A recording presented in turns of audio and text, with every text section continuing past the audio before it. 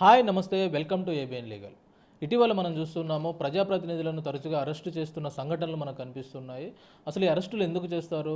అరెస్టులకు ఎంతవరకు చట్టబద్ధత ఉంది? మనతో మాట్లాడడానికి హైకోర్టు అడ్వకేటు నాగరఘు గారు ఉన్నారు. వారిని అడిగి మరిన్ని విషయాలు తెలుసుకుందాం. సార్, ఇటీవల మనం చూస్తున్నాము తరచుగా ఈ ప్రజాప్రతినిధులను అరెస్ట్ చేస్తూ ఉన్నారు. అసలు ఎందుకు చేస్తారు అరెస్ట్ వల్ల? అంటే చట్టబద్ధత అరెస్ట్ అనేది ఏంటంటే నిర్బంధంలో ఉంచటం అనే అర్థం వస్తుందండి. నిర్బంధం అంటే ఒక వ్యక్తి కదలిక వల్ల, అంటే అతను చేసే పనుల వల్ల ఎదుటి వ్యక్తికి ఇబ్బంది ఏమైనా కలిగించే సందర్భంలో నిర్బంధం తీసుకోవడం జరుగుతుంది. అంటే నార్మల్గా ఈ అరెస్ట్ అనేది చట్టబద్ధంగా అంటే ఈ ఇండియన్ పీనల్ కోడ్లో కాగ్నిజబుల్ అఫెన్సు అనేవి కొన్ని ధృవీకరించబడ్డాయి. అంటే ఈ నేరాల కింద కనుక కేసు నమోదైతే పోలీసులు కోర్టు పర్మిషన్ లేకుండా అరెస్టు చేయొచ్చు అనేది మన ఇండియన్ పీనల్ కోడ్లోనే ఉంది. దానిలో షెడ్యూల్ ఇచ్చారు. అంటే ఏ కేసులు కాగ్నిజబుల్ అఫెన్సు, ఏ కేసులు నాన్ కాగ్నిజబుల్ అఫెన్స్ అని. అంటే నాన్ కాగ్నిజబుల్ అఫెన్స్లో కనుక కేసు రిజిస్టర్ చేయడం జరిగితే మ్యాజిస్ట్రేట్ పర్మిషన్ తీసుకొని పోలీసులు అరెస్ట్ చేయాలి.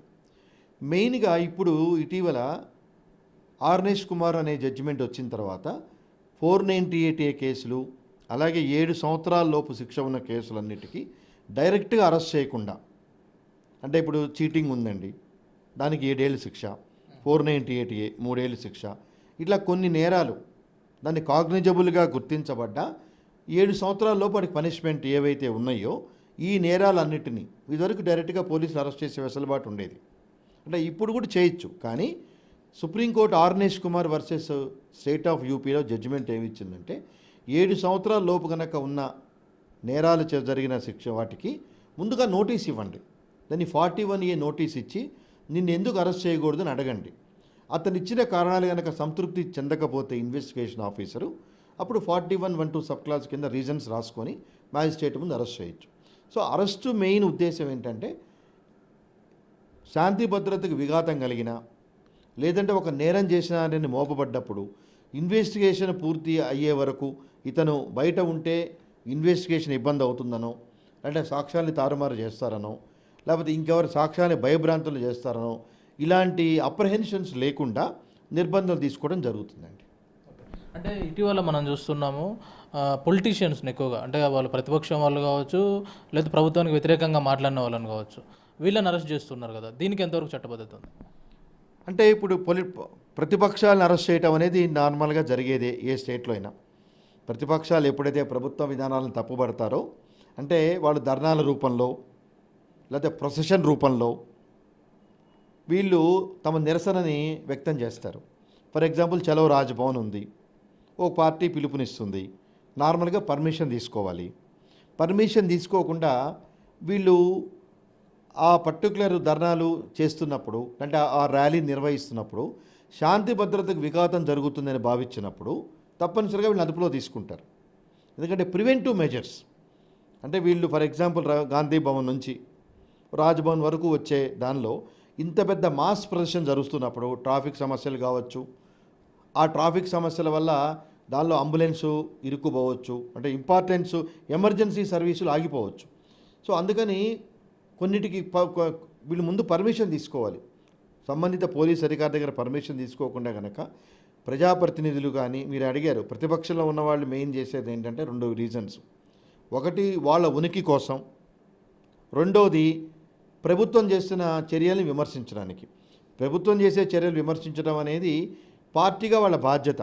ఎందుకంటే ప్రతి పార్టీ వాళ్ళు ప్రతిపక్షంలో ఉన్నప్పుడు వీళ్ళని మీద నిందలు, వీళ్ళు తర్వాత వాళ్ళు చేస్తూ ఉంటారు. బట్ అరెస్టు విషయాలకు వచ్చేటప్పటికి ఏమవుతుందంటే తరచుగా ప్రివెంటివ్ అరెస్టులు ఎక్కువ ఉంటాయి. అంటే ఒక ధర్నా కానీ ర్యాలీ కానీ పిలుపునిచ్చినప్పుడు మెయిన్ లీడర్ని కనుక అదుపులో తీసుకుంటే ఆ పర్టికులర్ ర్యాలీ కొంత వీక్ అవుతుందనే ఉద్దేశంతో ఆ చర్యలు చేపడతారు. అందుకని దీనికి ఏం చేస్తారంటే చాలా సందర్భాల్లో హౌస్ అరెస్టులు చేస్తారు. అంటే అసలు బయటికే రాకుండా, అంటే మనం తెలంగాణ ఉద్యమాల్లో చూసాం చాలామంది లీడర్లని హౌస్ అరెస్ట్ చేశారు. అంటే వాళ్ళు ఏమనరు, ఇంటి నుంచి బయటికి రానిరు. మనం ఎవరైనా కలవాలన్నా కూడా కొన్ని నిబంధనలతో ఉండాలి. అంటే ఇది రాజ్యాంగం ఆమోదించిందా, లేకపోతే ఫ్రీడమ్ ఆఫ్ మూమెంట్కి వ్యతిరేకమా అంటే fundamental rights freedom of speech, freedom of movement ఇచ్చారు. కానీ కొన్ని సందర్భాల్లో కొన్ని మార్గదర్శకాలు అనుసరించి ప్రభుత్వం దాన్ని కట్టేలు చేయొచ్చు. కాబట్టి ప్రజాప్రతినిధులు అపోజిషన్ పార్టీలు చేస్తున్నారంటే మెయిన్ ఈ వ్యతిరేక విధానాలు చేస్తున్నప్పుడు ఏంటంటే నార్మల్గా ప్రభుత్వం సహించరు, అందరికీ తెలిసినా కానీ దాన్ని ఎత్తి చూపడంలో సహించరు. రెండోది ఏంటంటే ఈ పర్టికులర్ ఆస్పెక్ట్స్లో అరెస్టులు, మీ ఇందాక నేను చెప్పినట్టుగా అరెస్టులు మెయిన్ ఏమైపోతాయంటే ప్రివెంటివ్ అరెస్టులు అనేది వీళ్ళకి ఎక్కువ జరుగుతాయి. ఏది ప్రతిపక్ష పార్టీలు ఉన్నప్పుడు చేసే ధర్నాలకి ప్రివెంటివ్ అరెస్టులు ఉంటాయి, లేదంటే స్పాట్లో అరెస్ట్ చేయటమో స్పాట్లో. ఎందుకంటే 151 సిఆర్పిసి వెసలుబాటు ఇచ్చింది. అంటే వీళ్ళ వల్ల కాగ్నిజబుల్ అఫెన్స్ అంటే నేరం జరిగే అవకాశం ఉంది అని కనుక పోలీస్ అధికారి భావిస్తే కోర్టు పర్మిషన్ లేకుండా వాళ్ళని అదుపులో తీసుకోవచ్చు. కానీ 24 అవర్స్ తర్వాత సరైన రీజన్స్ లేకపోతే వాళ్ళని వదిలిపెట్టాలి. ఒకవేళ కనుక 24 అవర్స్ తర్వాత కూడా కనుక వాళ్ళు తమ కస్టడీలో ఉండటం అనేది అవసరం అనుకుంటే కోర్టు పర్మిషన్ ద్వారా తీసుకోవాలి. కాబట్టి చట్టం విధించిన పరిధిలోనే, అంటే హక్కులు బాధ్యతలు చట్టం ఇచ్చిందండి. దీనికి లోబడే ఎవరైనా ఏ చర్య అయినా, అరెస్టు అనేది ఏంటంటే మనిషికి ఇచ్చిన ఫ్రీడమ్ ఆఫ్ మూమెంట్కి రిస్ట్రిక్షన్. అంటే నేను కదలలేను అంటే నిర్బంధం, అది గృహ నిర్బంధం కావచ్చు, అంటే కారాగార నిర్బంధం కావచ్చు, ఏదైనా నిర్బంధం కావచ్చు. కానీ 24 అవర్స్ తర్వాత కనుక నిర్బంధంలో ఉండాలి అంటే కోర్టు అనుమతి లేకుండా కనుక అటువంటి వ్యక్తిని కంటిన్యూషన్గా మోర్ దాన్ 24 అవర్స్ అదుపులో పెట్టే అవకాశము వెసులుబాటు ఏ పోలీస్ అధికారికి లేదు సార్. సార్, ఈ అరెస్ట్ అయిన వ్యక్తులు, ఇంతవరకు అరెస్టుల గురించి చెప్పారు కదా, ఈ అరెస్ట్ అయిన వ్యక్తులకు ఎలాంటి వెసులుబాట్లు ఉంటాయి? అంటే అరెస్ట్ చేసిన తర్వాత ఇందాక మనం అనుకున్నట్టుగా సార్ 7 ఇయర్స్ లోపల కనుక అరెస్ట్ చేస్తే నోటీస్ అనేది ఇచ్చినప్పుడు, అంటే నార్మల్గా నోటీస్ అరెస్ట్ చేయడం జరిగితే నోటీస్ ఇచ్చిన తర్వాత ఇంకా మ్యాజిస్ట్రేట్ ముందు ప్రొడ్యూస్ చేస్తారు.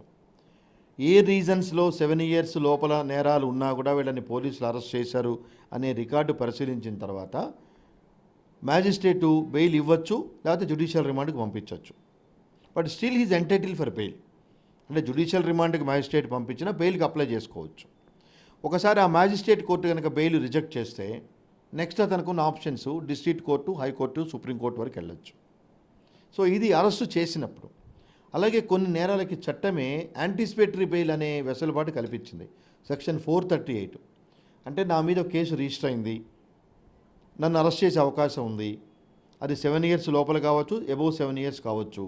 అప్రహెన్షన్, దాని పేరు anticipatory bail. I'm anticipating.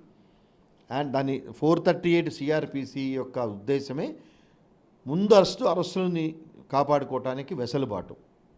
So అలాంటప్పుడు ఏ రీజన్స్ ఉన్నాయి, ఏ రీజన్స్ నేను అప్రహెండ్ అయ్యి అరెస్ట్ అవుతున్నాను అనే ఉద్దేశంతో మనం డిస్ట్రిక్ట్ కోర్టు, అంటే 438 యాంటిసిపేటరీ బెయిల్ ఇచ్చే అధికారము సెషన్స్ కోర్టుకి, హైకోర్టుకే ఉంది, మ్యాజిస్ట్రేట్ కోర్టుకు లేదు. సో ఎవరి మీదైతే నేరం మోపబడిందో అతను ఎఫ్ఐఆర్ని ధృవీకరిస్తూ ఈ సందర్భాల్లో నేను అరెస్టుని ఎక్స్పెక్ట్ చేస్తున్నాను కాబట్టి అరెస్టు చేస్తే నేను బెయిల్ మీద రిలీజ్ చేయండి అని చెప్పని సెషన్స్ కోర్టు కానీ హైకోర్టు కానీ సంప్రదించవచ్చు. కానీ నార్మల్గా 2 ఆప్షన్స్ ఉన్నాయి. సో ఒక్కోసారి యాంటిసిపేటరీ బెయిల్ అప్లై చేసినప్పుడు కోర్టు డైరెక్షన్ ఇస్తుంది, మీరు పోయి సరెండర్ ఇవ్వండి, మీరు అక్కడ బెయిల్ తెచ్చుకోండి అని. సో యాంటిసిపేటరీ బెయిల్ ఏ సందర్భాల్లో ఇవ్వాలి, దాని గైడ్ లైన్స్ ఏంటి, ఎటువంటి వాటిల్లో ఉంటుంది అన్నది సుప్రీంకోర్టు మార్గదర్శకాలు ఉన్నాయి.